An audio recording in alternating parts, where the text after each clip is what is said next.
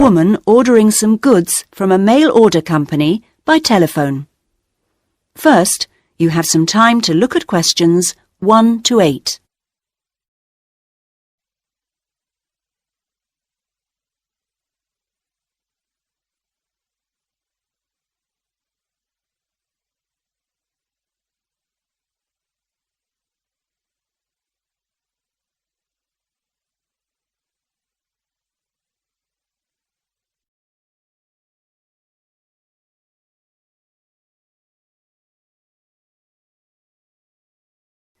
Listen carefully to the first part of the conversation and answer questions 1 to 8.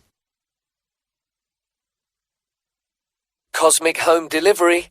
My name is Gary. How may I help you today? Hello, I'd like to place an order. Certainly, madam. I'm afraid our computer system crashed earlier today. I'll have to take the details down on paper and then enter them later when it's been fixed. Is that okay? Yes, of course.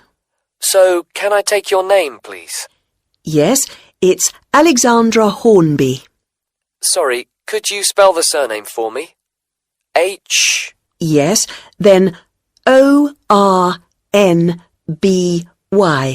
Oh, fine. And then your address.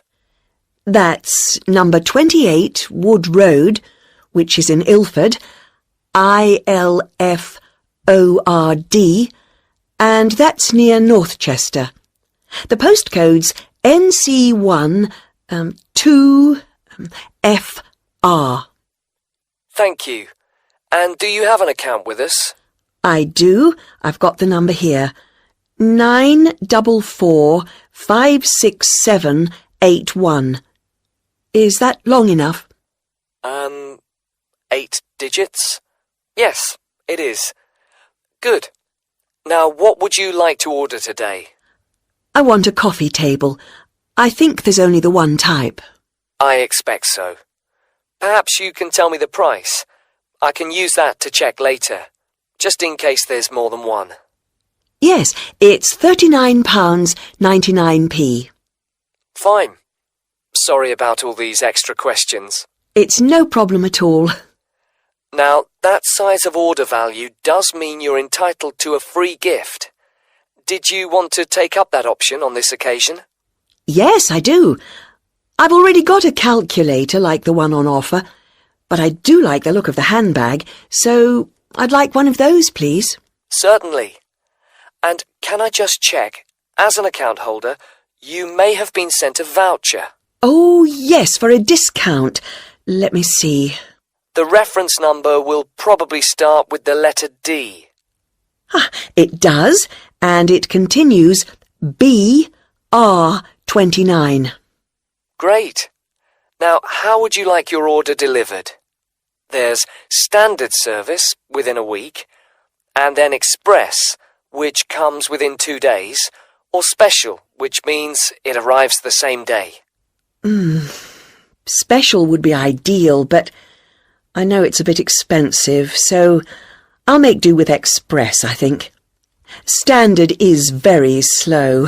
It is, to be honest. Before you hear the rest of the conversation, you will have some time to look at questions 9 and 10.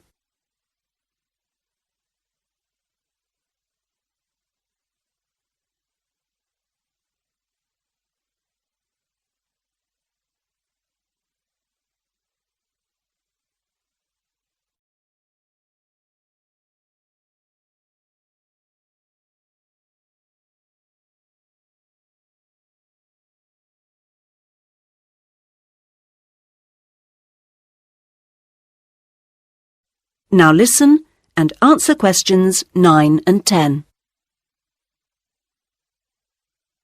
Well, that's your order completed. Could I just trouble you for another minute or so to ask you a couple of questions to help us improve our service as much as possible? Yes. Firstly, we do like to try and keep a record of how customers have heard of Cosmic Mail Order. How did you? Was it from our advertising campaign? Oh, I think I would have remembered any advertisements, on TV, for example. I only read newspapers occasionally, so that would have passed me by.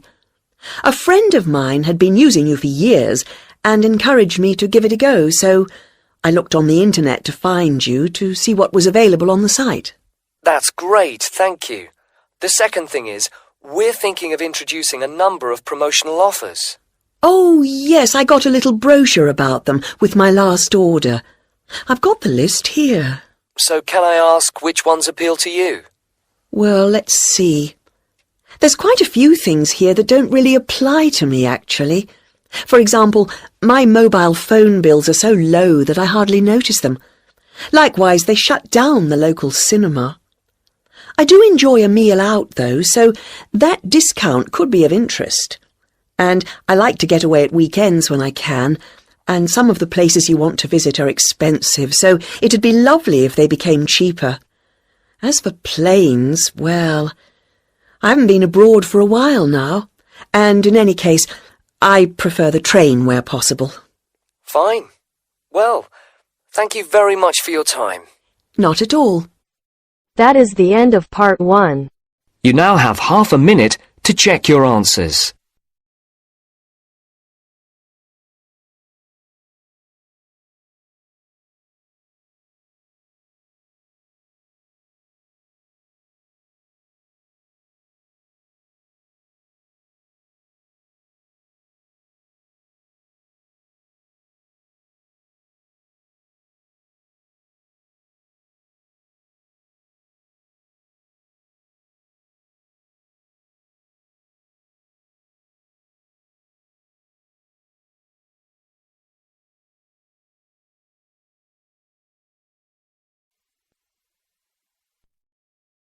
Now turns to part 2. Part 2. Listen to a man talking to a group of people at a weekend work conference in a hotel. First, look at questions 11 to 14.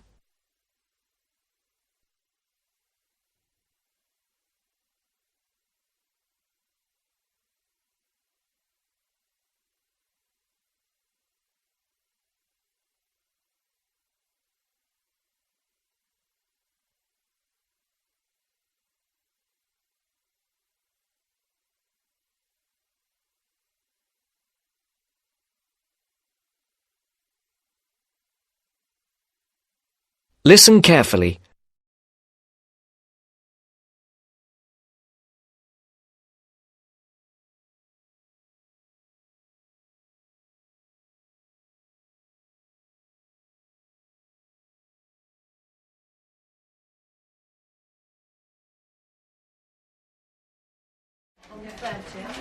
OK, can everyone listen again now, please?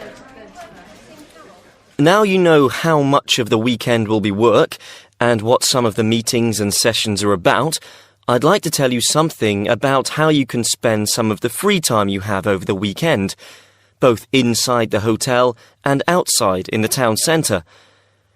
As I've said, you'll be free from around 5 today and on Saturday and from lunchtime on Sunday, and there's plenty to do. This is the first time we've had the conference at the Royal Spa Hotel, and I'm sure you'll agree it's a very nice place. Really, there's no need to leave the hotel at all if you don't want to, but I'm sure some of you will want to get out for a change of environment. OK, first, restaurants and bars. I'm sure you all saw that there was a bar near the entrance as you came into the hotel, but there are actually 2 more bars. One is also on the ground floor, behind the main restaurant, and the other is on the top floor. That one has a very nice terrace where you can sit outside and enjoy the view. That bar is for hotel guests only and is usually a bit quieter. As I say, the main restaurant is on the ground floor. We will have breakfast and lunch there, so you'll get to know it well. There is also a smaller restaurant for coffee, sandwiches and snacks on the 3rd floor, and that is also only for hotel guests. There is a gym and health club in the basement. The gym has a good range of equipment and is open from 7 a.m. I know some of you were talking about a swimming pool, but unfortunately there is no swimming pool. I will tell you where there is a pool close to the hotel in a moment.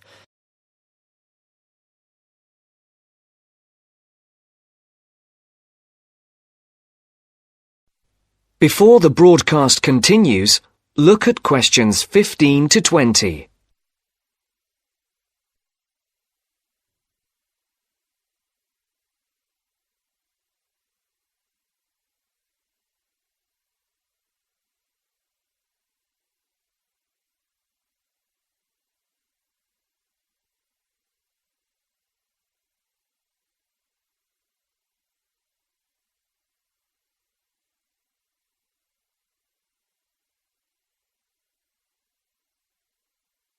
You will now listen to the second part of the talk.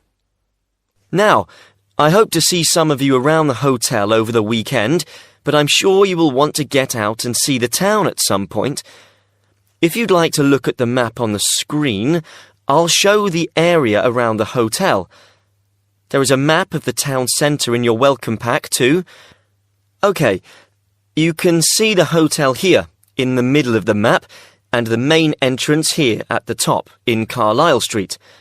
OK, that swimming pool I promised to tell you about is here, in Cromwell Road. If you turn right out of the hotel, it's about 10 minutes up the road in the 3rd Street on the left. It's open until 7 p.m. and until 5 on Sunday. There's a very nice park here to the north, again about 10 minutes away. In the middle of the park is a boating lake, so if the weather's good on Sunday, it might be a nice way to relax. If you want to see a movie this evening or on Saturday night, the cinema is here, in the High Street. Come out of the hotel and turn left. The High Street is only 3 minutes away. The cinema is here at the top of the street, next to a fairly large car park. Now, restaurants. There is a good Chinese restaurant in the middle of the High Street, here on the right. It's directly opposite the town hall. It's called the White Orchid. Another very nice restaurant is Leonardo's. It does Spanish and Mexican food. It's here, at the bottom of the High Street. So, turn left at the end of Carlisle Street, walk down for 5 minutes, and you'll see it on the other side of the road. I went to Leonardo's last time I was here, so I can recommend it. Now, if anyone wants to see some live music, there is always a jazz band playing at the Pink Coconut. Yeah, that's right, the Pink Coconut. That's here, in a little street behind the hotel. The street name is not on the map, but it's easy to find. Turn right out of the main entrance, and then take the first right to go back round to the back of the hotel. So, I think that's everything. Please ask me if you have anything else. That is the end of part 2. You now have half a minute to check your answers.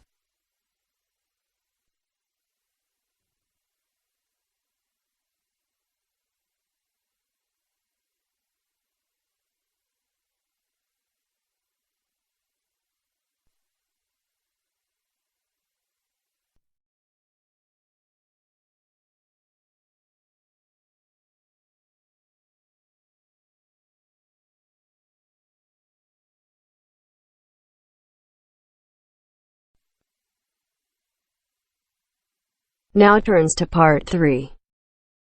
Part 3.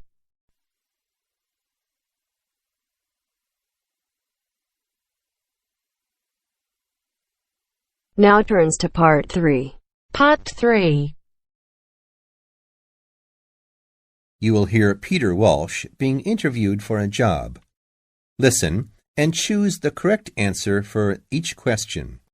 First, you have some time to look at questions 21 to 25.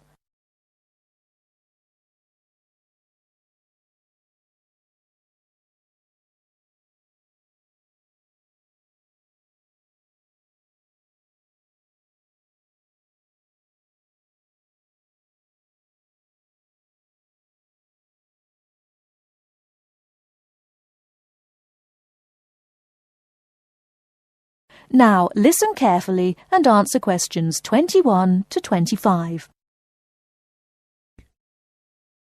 Joanne! Hi, you must be Rob. Nice to meet you. So, I hear you're planning to visit Australia. Yeah, and I really wanted to talk to you because I was thinking of spending some time in Darwin, and my sister told me you're from there. That's right. So, tell me about it. Well, where shall I start? Well, Darwin's in what they call the top end, because it's right up at the northern end of Australia, and it's quite different from the rest of Australia in terms of cultural influences. In fact, it's nearer to Jakarta in Indonesia than it is to Sydney, so you get a very strong Asian influence there. That means we get lots of tourists. People from other parts of Australia are attracted by this sort of international cosmopolitan image. And as well as that, we've got the same laid-back atmosphere you get all over Australia. Probably more so, if anything, because of the climate. But what a lot of the tourists don't realize until they get there is that the city's also got a very young population. The average age is just 29, and this makes the whole place very buzzy. Some people think that there might not be that much going on as far as art, music, dancing, and so on are concerned, because it's so remote. I mean, we don't really get things like theater and opera in the same way as cities down in the south, like Sydney, for example, because of the transport expenses. But in fact, what happens is that we just do it ourselves. Lots of people play music, classical as well as pop, and there are things like artist groups and writers groups and dance classes. Everyone does something. We don't just sit and watch other people. You said it's very international. Yeah, they say there are over 70 different nationalities in Darwin. For instance, there's been a Chinese population there for over 100 years. We've even got a Chinese temple. It was built way back in 1887, but when a very bad storm, a cyclone in fact, hit Darwin in the 1970s, it was almost completely destroyed. The only parts of the temple that survived were part of the altars and the stone lions, but after the storm, they reconstructed it using modern materials. It's still used as a religious center today, but it's open to tourists too, and it's definitely worth going to see it. Oh, and as far as getting around goes, you'll see the places that advertise bicycles for hire, but I wouldn't recommend it. A lot of the year, it's just so hot and humid. Some tourists think it'll be fine because there's not much in the way of hills and the traffic's quite light compared with some places, but believe me, you're better off with public transport. It's fine and not expensive. Or you can hire a car, but it's not really worth it. What's the swimming like? Well, there are some good beaches, but the trouble is that there's this nasty creature called the box jellyfish, and if it stings you, you're in bad trouble. So you have to be very careful most of the year, especially in the winter months.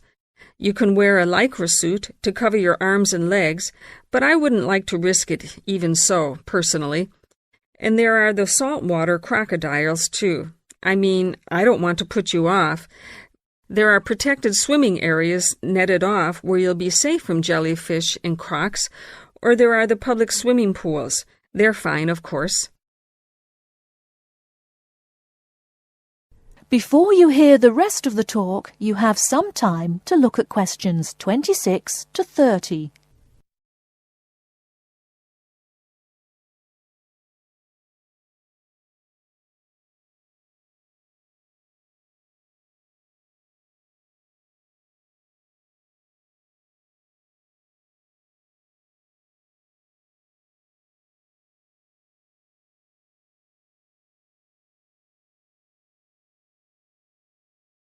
Now listen and answer questions 26 to 30. And answer the questions. Please sit down, Mr. Walsh. My name's Jane Swain, and I'm the personnel manager. Hello, how do you do? Now, this is just a short preliminary interview. I'd like to chat about your present job and what you've done up till now. Yes, of course. Well, could you tell me how long you've had your present position in Weston's? It is Weston's, isn't it? Yes, that's right. I am not sure. Let's see. I left university in 2005. Is that right? Yes, 2005. Then I was unemployed for about 3 months. And then I traveled round America for a few months. So, yes, it must be about 3 years now, in fact. Yes. And have you any particular reason for wanting to change jobs? I mean, why do you want to move? Well, I actually like my present job and still find it interesting and stimulating. The salary's okay, so it's nothing to do with money, though you can always do with more. I suppose the thing is that I'm really very ambitious and keen to get promoted, so that's the real reason. You say you like your job. Can you tell me what aspect you like most? Oh, my dear, that's difficult. There are so many things. The other people are great. There's a good cooperative atmosphere. I mean, among the staff, and compared to other companies, the conditions are great. I mean, the office itself and the working conditions. And then there's the fact that they give me lots of room for initiative and let me make decisions. You know, that's what I really like most about the job. Yes, well, we're looking for someone like that. You know, someone who isn't a clock watcher and who isn't too concerned about working fairly long hours. Oh, I don't mind that. I'm used to it. And what about your education? You went to Manchester University, didn't you? Yes. After leaving school, I started a diploma course in design, but I decided to give it up and did an arts degree at university instead. Good. And have you done any courses since?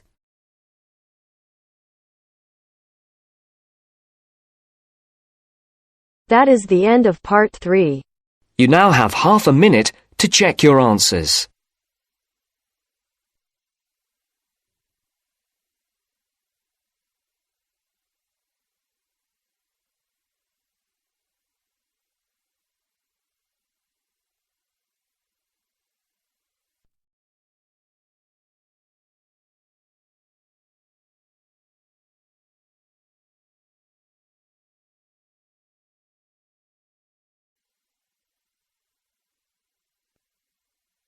Now turns to part 4. Part 4. You will hear someone talking about art. Look at questions 31 to 35.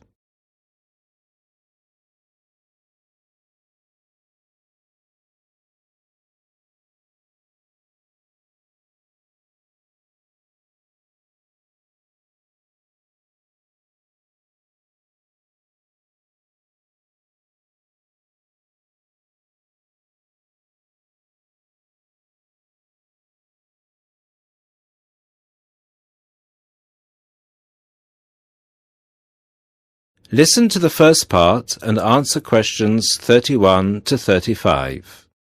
Good evening, everybody, and welcome to the first in this year's series of public lectures offered by the Art Gallery. As Chief Curator of the Gallery, I was given the honour of presenting the first lecture, and let me tell you, I had a difficult time deciding what to talk about tonight.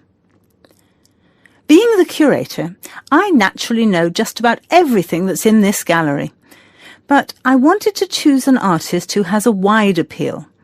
That seems only fair, yes? But I didn't want to talk about someone so well known that anything I said would be familiar. I wanted someone modern. My personal preference is for modern art. But, again, I wanted to choose someone who had the potential to appeal to all art lovers, whether they're attracted to traditional forms, impressionism, surrealism, or what have you. So, having spent the last 5 years as a visiting professor in Barcelona, it's not surprising that I finally chose to talk about one of the greatest Catalan artists, one whose work is likely to be familiar to many of you, Juan Miró. Look at this. And this. And this. Ring any bells? Miraut's most famous and most widely reproduced works tend to be like this. Bright primary colours with lots of asymmetrical forms. He painted on large canvases, larger than himself quite often, and his paintings depicted birds, trees, flowers, and other features of the natural world. But Miraut produced a great variety of work, and it's about some of his lesser-known paintings that I would like to speak this evening. Miraut was born in Barcelona in 1893, the son of a goldsmith. He began to show talent very early, and in 1926 went to Paris, where he was drawn to the Surrealists of Montparnasse. He did not define himself as a Surrealist, however. He preferred to stay free to experiment with other artistic styles as he wished. Miraut had an intense dislike of much of the painting and many of the painters he knew. He wished to do something totally different, to express his contempt for bourgeois art. And yet, ironically, Miraut's success has made his works much in demand among art collectors of the world. But we can't really talk about the artist without looking at his art. And that's what I'd like to do now. To take a look at just a few of Miraut's works and think about what it is that makes them special.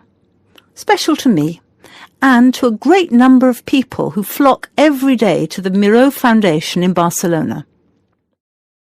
Now look at questions 36 to 40.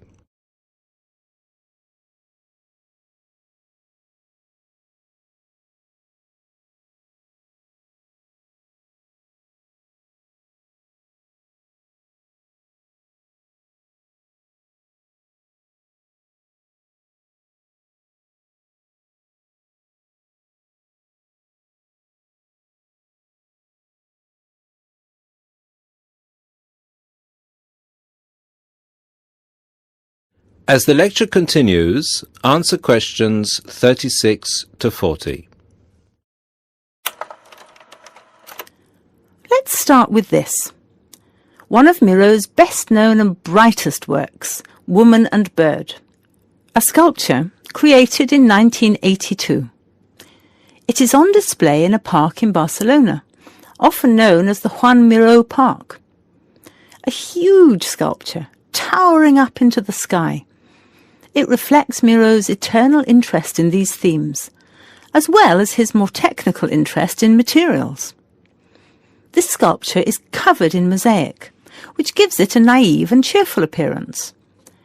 It is interesting that this sculpture was completed in 1982, just a year before Miraut's death. I think it shows that, towards the end, he was feeling as playful as a young man. And I think he wanted to share this playfulness in a park on such a big, very public scale. And now, another representation of a woman, this time just called Woman. This was painted in 1976, a late work for Miraut, and is a work we often see reproduced or on sale as postcards or posters in gallery shops around the world. So why is it so popular? I think the use of colour has something to do with it. People respond to these rounded shapes filled with primary colours, especially on a large canvas like this. Also, the fact that, while it is rather surreal, it is still possible to recognise the form of a woman and to see it as a sympathetic representation. It's a bold, bright painting, and I think that it awakens a reaction in many of us. And finally, something quite different, though still a woman. A harsh, even violent work that was completed in 1939, at a time when Miraut was greatly influenced by events of the Civil War in Spain. It's titled Seated Woman 2, but it can be hard to find the woman here, as she's been transformed into a rather horrendous creature. So is that how Miraut viewed women? As grotesque? Not at all. This picture can also be seen as strong, with a huge base and solid shoulders to support those who depend on her. In this painting, her arms and neck seem to grow as vegetation out of her shoulders, representing woman as a fertile ground, perhaps. We also see here the fish and birds, the moon and stars so typical of Miraut's work, making her a creature of nature and of the heavens as well. And that's all we have time for this evening, I'm afraid. I hope that you've enjoyed this brief look at Miraut's work and that you will enjoy the other lectures that follow this one. Thank you and good night. That is the end of part 4. You now have half a minute to check your answers.